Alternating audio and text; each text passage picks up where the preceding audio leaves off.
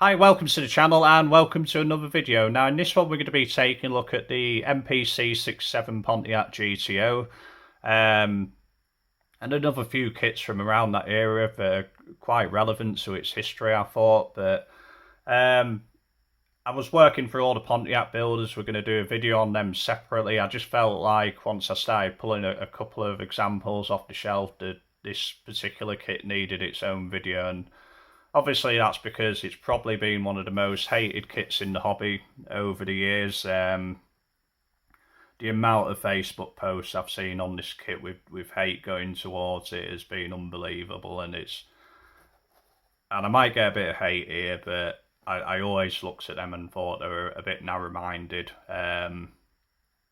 Because if you understood the kit history on this one, if you understood you were buying a highly modified 60s tool, being chopped and changed about so much over the years, that we are left with a kit that's a little bit tricky to fit back together, and it does have its faults. But this is obviously the 84 issue. I think before I go into this one, I think that, you know what, for many years, like I say, you saw them posts on Facebook day in, day out, and it just completely put me off looking at Facebook posts, because it's literally, that's all you saw. And you know, you'd see somebody post a picture of a really nice model they spent 8 months building and get 2 or 3 likes, and then somebody moans about the 67 GTO and it gets 4 million comments, and you know, it just for all them kind of people to jump in and show the hate, so to speak. And you know, if you're one of them people watching that, you know, apologise. You know, I've always been on the other side of the fence on this. You know, for many years it would have been, say, it's been our only 67 GTO. You know, Revel bought out the 66 for a good few years later. But yeah, I think there's a lot of misunderstanding on this, and hopefully in this video we'll look at a few things which will sort of show that. But I think what's killed off 99% of the hate recently is all thanks to Matt over at the Luke C channel and his Facebook group. And I think it might have been Chuck from Chuck's Hobby Spot. They started a group build at the beginning of this year, or I think that ends at the end of this year, so to speak, and that has pretty much eliminated all the hate posts. You got to think the size of Matt's Facebook group over there, highly influential, and you just don't see this kit getting hated on at all anymore. If you know, you'd see the occasional post, like, but nothing like he used to. So, you know, thanks to them guys for sort of highlighting that you can build a nice kit out of these when you put your mind to it, and it got everybody on board and, you know, putting themselves to the challenge a little bit. But yeah, I mean, this kit, it originally released as an annual in 66, then in 67, they're pretty much the same kits, to be quite honest with you. Both in hardtop and convertible, and we've got some things to look at about that in this video as well. But yes, I mean, I ain't got any box examples of the 66 and 67, but you know, I'm just trying to grab a few boxes here. But yeah, I think in 66 and 67 they released them under the Mpc branding, but at Mpc they always had a good relationship with Airfix. From the mid 60s they released that Corvette. So in 1967, before anything was changed to the tooling on this kit, which kind of we'll go into and caused a few problems with the later issues, they reboxed a lot of the 67 GTOs as Airfix for Airfix to release in 68. So in 68 we got our version of these over here, in the UK. I mean, these were really mainly sort of sold within the UK. I don't know how many were sold in the US, but this was a 68 issue. And they did a number of these kits, or they did 3 of these kits as far as I'm aware, for the 68 lineup for Airfix. But I believe they were all packaged in 67 using whatever they had left over as well, kits that weren't sold and stuff like that. It was a great idea to get another year out of the annual kits, but there was also another reason. I mean, we'll go into them. We'll have a quick look into this kit before we go into what happens to it after that. But I mean, you didn't really get much of a feel about what was inside on this. You got some illustrations on the side, giving you a clue. You got some funny car options and bits and pieces, same both sides, pretty much like. Same illustrations, just flipped around. On these boxes, you got illustration at the front end on one end, and the rear end on another. So if you're like me and you've got a few of these, like, you can swap them up on have a bit of a different wall art display of your boxes and what have you. I mean, I think I've got 3 of these things at the minute, like, but I need to sort through them. But so we aren't doing I've laid a few parts out just so you can get a bit of a feel of the difference, and I've just shoved them on these, whatever I could find. I think some bits are on an onion board for mixing filler, like. But yeah, this is a 3-in-1 kit. It had the same kind of rudimentary funny car parts as what you saw in the full-size Pontiac 66, 69 Bonnevilles. They all had this sort of very basic funny car sort of design on the chassis, and I think the way you flipped up the body is you literally just loosen the screws on the back end and you could like lift the body up. I've got something to give you a feel of that on another box we'll look at in a little while on another kit. But yeah, I mean, it was a completely different kit, to be quite honest with you. A lot more parts on it. Like I say, we're not going to go into it, but body was a bit crisper back then. Like, there were some differences.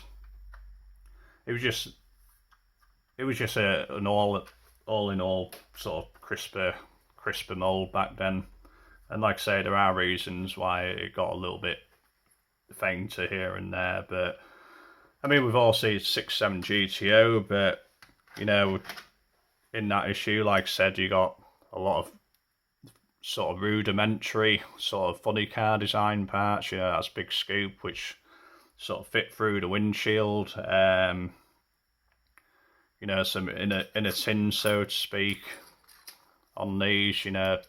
I'm not going to pick up every part, but we're just going to get a rough idea. So, a lot of drag parts and what have you. I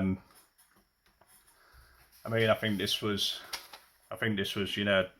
Dick Branster's sort of influence, of the drag racing. I think this was first sort of kits we were getting to see some of the drag parts in before they went full hog with them. But yeah, you got nice custom front and rear valances in these early issues, and if you're into your custom building and what have you,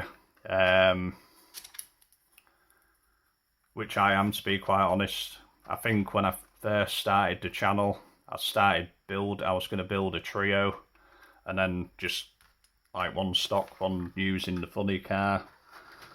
But I mean, I think it's a good example. You've got some fender skirts and stuff like that. But like I say, I mean, we're not going to look into it in massive detail, but there were a lot more parts in the original kit, your drivers and all your roll cages and stuff like that. But chrome wise, you know, you got a lot back more on the parts tree. Again, we're not going to really go into it too much, like, you know, but you've got your custom grills, the custom headlamps, separate headlamps to fit over that, over them balances, and just a lot more bits and pieces, really. I think, you know, you got Hurst wheels in the original,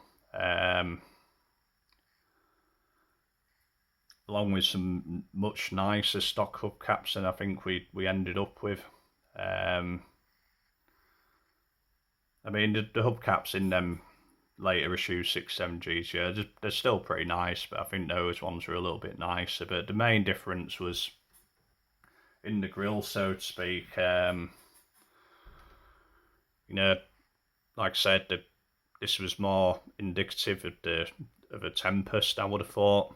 And then you still got your GTO inserts to slide over there, whereas on the newer shoes it was all moulded in, so to speak. I think we've got that's the newer shoe where the honeycomb was moulded in, probably a little bit more accurate, to be quite honest, but you still got the inserts to put over them for some reason. But yeah, the grill was a lot nicer for me back in the original. And yeah, if you get older,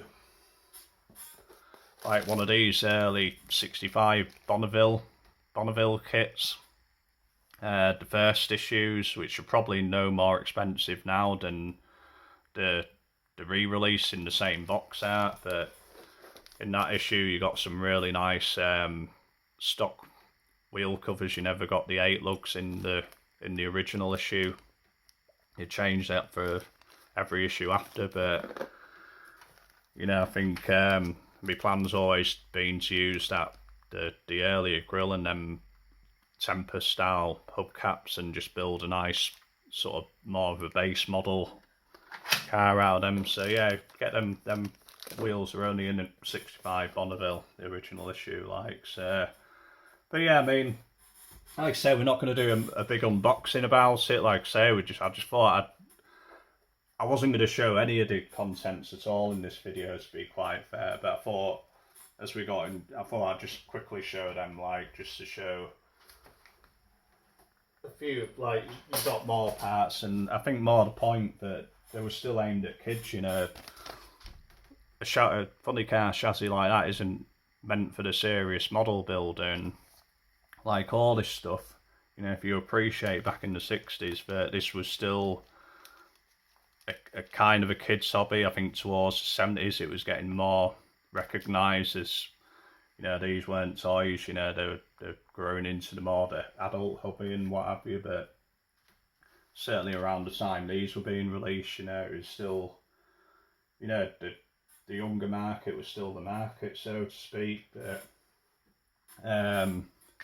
so yeah, I mean, if you never took yourself seriously, you know, it's kind of the problem behind it. And for these, like, you know, they were just things for kids to still throw together at that point, like. But I think so, like I say, yeah, they were issued for 68 using 6.7 tooling, and I think, like I say, they were reboxed in advance for 68 because this is what I've got remains of this is kind of the start of the problem. This is Dick Jesse's Mr. Unswitchable funny car, and this is where they first made the real changes to this body. And this was released in late 67, I think. So, like I say, that was why I think all them 68 boxings were sort of boxed up in 67 in advance for the 68 release for Airfix, you know, because they were already modifying a number of these bodies for the more serious funny car builders. It was in late 60s that we were, you know, I think Dick Brantster really wanted to get some authentic drag cars out of there.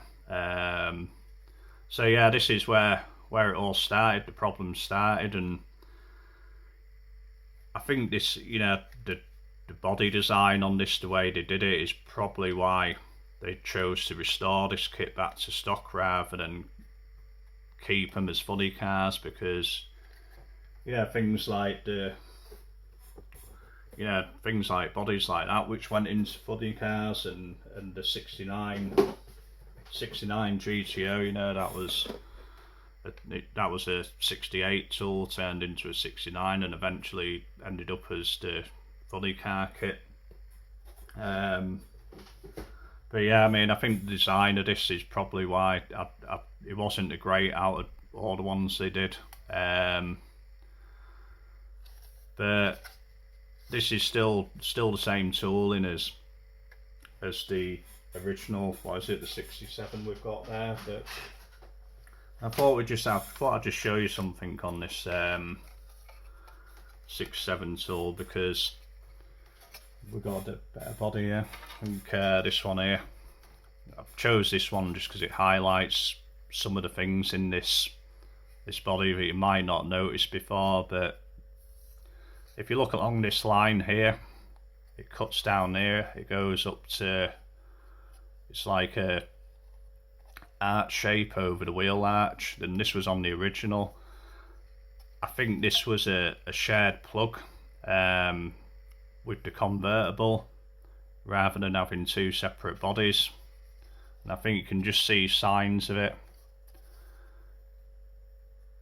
in the visors up here. It's really hard to pick up on the camera, but you've got still evidence of visors, and it sort of arches in. You can just see it in that light where it sort of dips in the middle. But yeah, I mean, these lines are still visible on the newer kit, plus other stuff which we'll look at. But that's why I potentially think even the convertible 67 was probably reboxed, or they just used extras for the 67 release of the convertible, and then this was how it finally ended up, just using this plug in here to, and it does go along the bottom of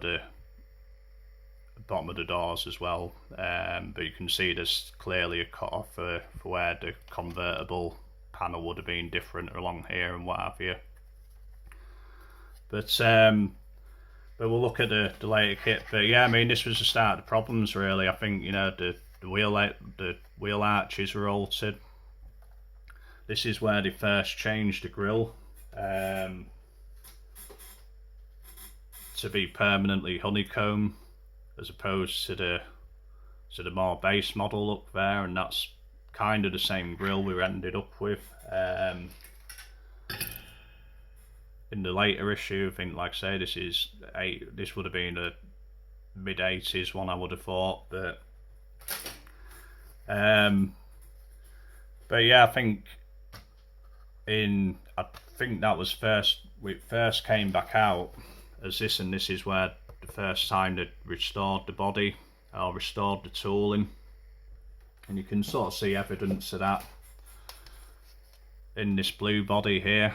You know, we've still got the faint cut off lines from that original plug. You can probably see them a bit better here on this one. You know, that plug what we've got in there, which goes down the roof sides and up on there again. But yeah, it's on this body you can start seeing where they started reworking the altered wheelbase on here. You know, you got signs of tooling sort of alterations there, front and rear, because if we put these two together, just need to get that front end up there, line the doors up. I think going by the doors sort of shows you how they've moved the rear arches forward, moved the front arches forward, right to the front of the front panel and what have you. But yeah, I mean, and then of course the chassis, they went on, yeah, the parts for the chassis. You know, I restored this original 68, So the 67 stock chassis went through into this one, and then into the 69, and then to the 70, 71 and 72, all, and have been slightly modified here and there, which does cause a few fit issues when they're changing them up a little bit like that to kind of suit all. But yeah, I mean, so that really is the cause of the problem, is this kit here, the Mr. Unswitchable. You know, it was just the change. I think they changed, I think, like I say, the what they did on here, you know, I don't think it would have washed, to be quite fair. It's like, say, the worst design of altering this body, rather than making it a permanent fixture, like, so, and just changing things like the grille. You know, they obviously moulded the hood in for this issue, so when they've reversed that, it's caused a few little niggles on the front end with the grill, and the upper frame on here, which was a little bit more flimsier than the original one. But yeah, I think, like I say, I mean, I just felt that it was just, whenever I saw them posts, it was completely unjustified, to be quite fair. Yeah, it is a finicky kit, but if you do understand that these were just meant for kids back in the day, and you know, they're a 60s tool, and like I say, they've been modified so much over the years, and then put back so we can actually still have something, a sort of iconic muscle car, so to speak. Personally, I think they would have just done better keeping that as Mr. Unswitchable, and just continue using the chassis throughout all the other years and what have you, which they still do. You know, that chassis is swapped between kits so much, like,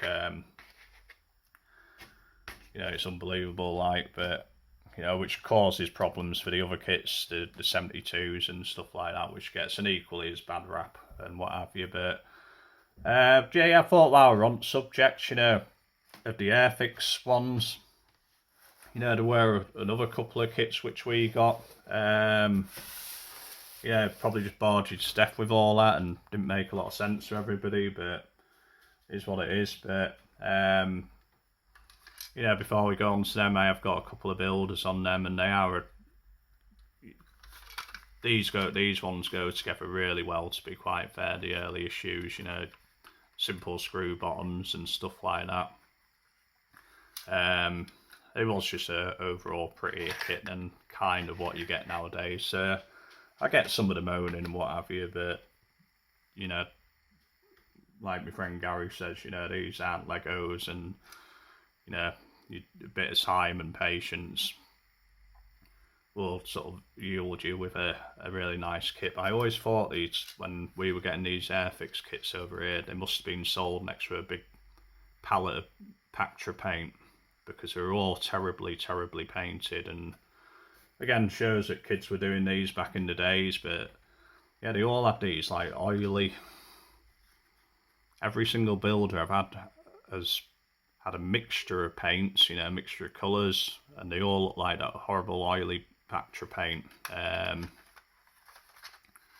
You know, that, you know, see-through and stuff like that and what have you. But yeah, pretty nice kits either ways, you know. And I've always been a massive fan of the 67 GTO, whether it's been early or late releases. Like, you know, there's still a nice kit. All you need, in my opinion, for a kit is a decent body and a chassis which you can just work with, whether it's detailed or not. You know, you're never going to see them, so as long as you've got bits to go together, you can sort of work with all fit issues. And there's been a lot of good examples of people overcoming that within that group build, like, so. But yeah, what else we got to look at? I thought we'd just grab a few more. You know, just while we're on the subject of the Airfix kits and what have you. You know, we've got the 6.7 Charger. You know, this again was just another reboxing of the 6.7 annual. Now, I'm not too sure on history on this one. Yeah, I'm not too sure. I mean, I know it definitely was, the tooling was modified into the Thunder Charger in the later 60s. Could have been 6.7, 68, same year again.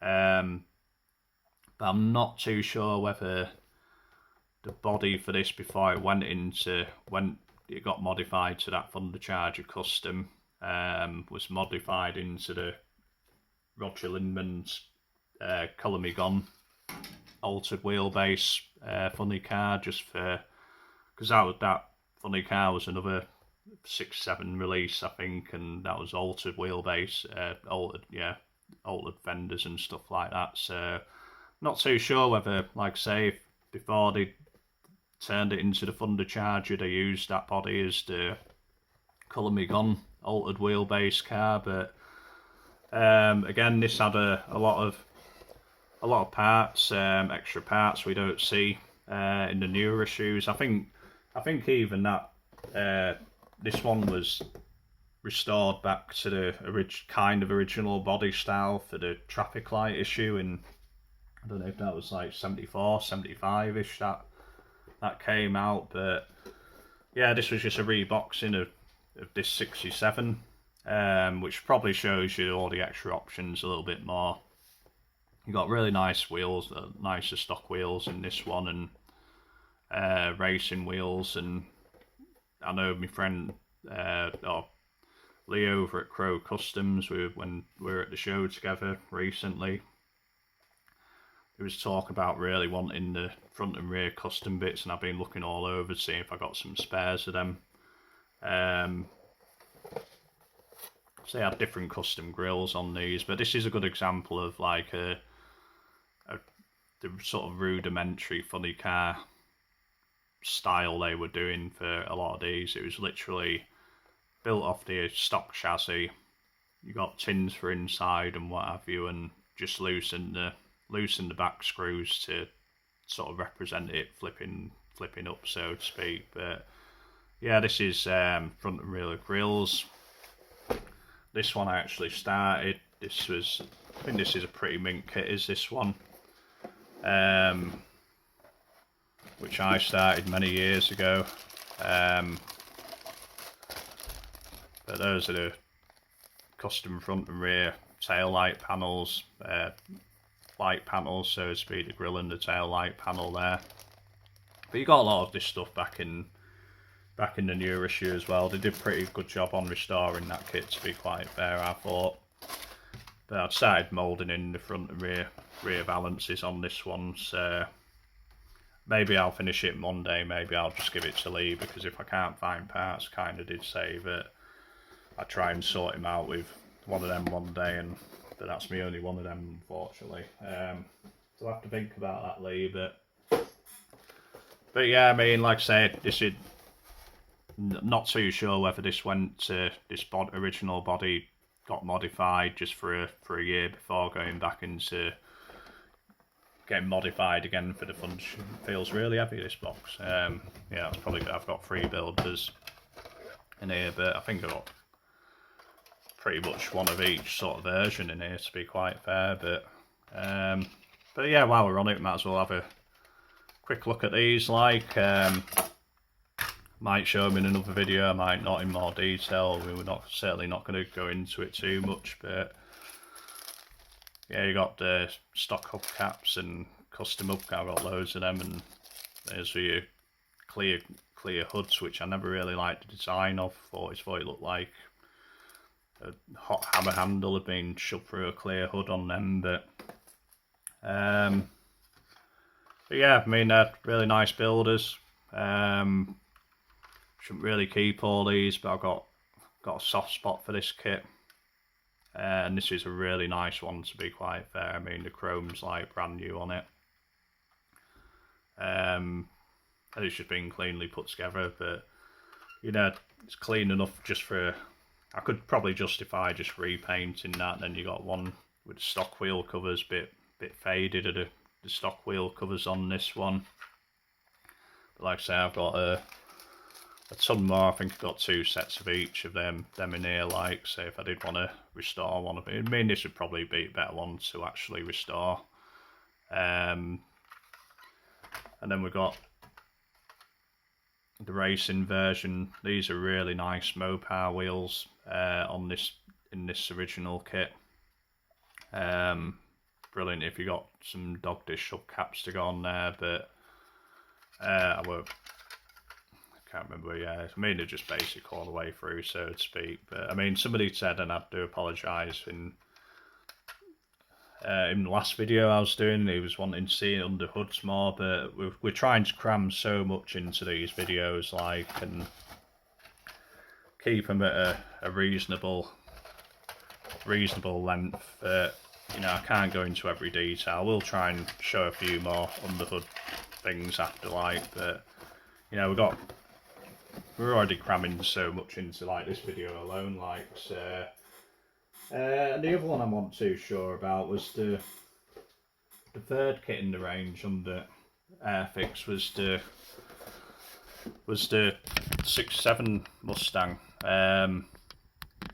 Again, this was a really highly optioned kit, to be quite fair. I think this is the most started out of all the ones I have.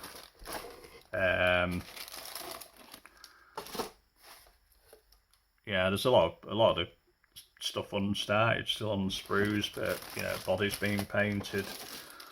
A lot of the body panels being painted. I just can't justify my time of stripping that right now. I don't think it's on the chopping block, this one. But yeah, not too sure. I mean, this was obviously released in 67 for Mpc, but they did sort of release it as a 68 with new sort of few extra parts as an annual, and I don't know again whether they'd done that reboxing in advance, you know, in 67 in advance of the 68 year or not. I'm really not too sure on this one, to be quite fair. I'm not 100% of where the body actually ended up, to be quite honest with you. I'm thinking if I'm right, it most likely ended up as that. I think the 69 was a brand new tool, but I'm thinking the original release of this is where that body ended up. Just like quite a lot of, like I say, a lot of these end of line tools were just used for funny cars. A lot of them funny car chassis were kind of generic, and you know, there were some differences between the ones, but you know, there was a lot of them which were the same. They shared it with, like, I think that GTO funny car chassis is, I think this is pretty much the same as you get in a Joanne kit, to be quite honest with you. Pretty sure, to be fair, but that is the same chassis as you got in a lot of Joanne kits. But yeah, I'm thinking, and please correct me in comments, you know, like I say, I'm not too sure at all on these, but yeah, I'm thinking this eventually ended up as that. That eventually ended up as that, or before they released that one, so to speak. But and then I think they released this one in sort of mid 70s as the Malco gasser again, but they changed up the flip front, didn't they, to, I think it was like an earlier 65 or 66 year flip front, and then they did it in that orange box version in the 80s, the one that I actually really like, that box art on that one, just because it reminds me of when I was growing up seeing magazines. Never got hold of that kit, or I think I did, but then I sold it in an hour of need. Needed to pay some bills, and I think the only one I ever had, yeah, I sold it. And then they retooled it back into put the correct front end in for, yeah, this is a round 2 issue, like, and really like this kit. Really would like to build it one day. It's one of the ones I'm trying desperately not to sell. I've had a few more in the past, like, I've sold them all, but I'm keeping that one, and yeah, wanted that nice flat box release. Round 2 did the 33 Willies, but yeah, I mean, I thought we'd just do a separate video. We're now at 34 minutes anyway, so that's kind of why I wanted to do something a little bit separate to all the other Pontiacs and just do another build, or have a bit of a chat about this one and the origins of this one, so to speak. You know, it's, again, it is one of my favourite kits, is this one, and I just think it was a bit misunderstood over the years, and it was kind of unjustified in my opinion. But yeah, it was modified over the years, and it did cause it problems. But you know, at the end of the day, you know, we're all here to overcome them problems, aren't we? So I mean, I'll put that down there. That was quite a nice kit. That really enjoyed doing that. That was I think that was me. Potentially my second build of the channel. Never intended of. I had this as a builder for many years.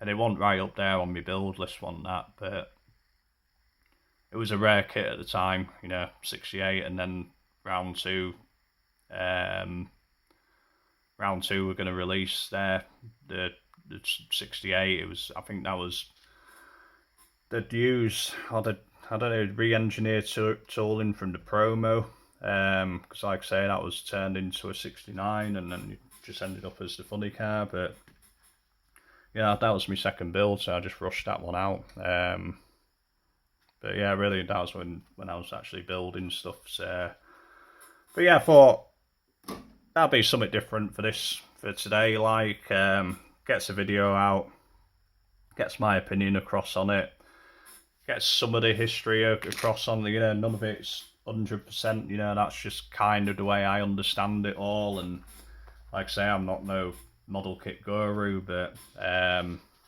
you know, you can look into histories yourself in a bit more depth if you're that way inclined, like. But yeah, like I say, that's just what I know about them, so to speak. And like I say, I just thought it was a good idea getting those three kits out, get another year's sort of revenue out of them through the relationship with Airfix, and allow them to modify the bodies for some pretty sought out after kits. You know, I've been looking at this thing, and you know, I just don't know if I'm ever going to do anything with it. I've had it for many years, and it's still in its broke down shape. I think it's missing that's quite an elaborate inner tin structure on this. I think it'd just be better building it out of a Coke can rather than out of plastic, to be quite fair. So it was quite weird how it sort of wrapped around. Never really liked the look of it, to be quite honest with you. But yeah, quite a rare kit. Probably what's stopped me doing that the most is lack of decals over here. I know they are kind of available in the US, but by the time we've paid for the shipping on top of it, and I don't think they're even that available nowadays, to be quite fair. But yeah, I just don't think it's one I'm going to probably get round to, so that might be for chopping block. It'd be over at chopping block rather than selling something like that, where, you know, I could probably do something within a month. I just need to sort through all these Pontiacs, but that's not going to be anytime soon. Like I say, it's going to be a bit of a lengthy process that to get everything sorted. So, you know, I've got like 3 kits which all need a bit of help in boxes, and I'll try and make a good kit out of them, potentially sell the best one, because I ain't bothered about having to do a bit of extra work, like. So, but we'll see. But like I say, not too sure what I'll be doing with any of these. But yeah, next video we're just going to be pulling off the rest of the Pontiacs. I think the earliest year I've got is 59, so we can look from 59 through some other stuff, some rarer stuff, some not so rare stuff. But you know, we'll get them all done in one video, and it'll probably be another 40-minute video like this, like. So, but I'll probably do that closer to the weekend. So you know, I'll put another video out at the weekend at some point. But yeah, that'll just be all Pontiac stuff. So yeah, kind of hope you've enjoyed this video. Learned a little bit, even though my history's, you know, not great, like. But it's, like I say, it hopefully helps you understand a little bit more of, you know, the cause of some of the fit issues with this kit and what have you. But Other than that, you know, it's great for that kind of negativity's kind of is slowly gone away, and like I say, that is really thanks to that Facebook group build. Done the hobby a world of good. I mean, it's only been replaced with another million things for people to whine and moan about, but at least it's not really this anymore. So whatever you're doing for the rest of the week, have a great one, and we will just see you with the next video. Okay, see you, bye.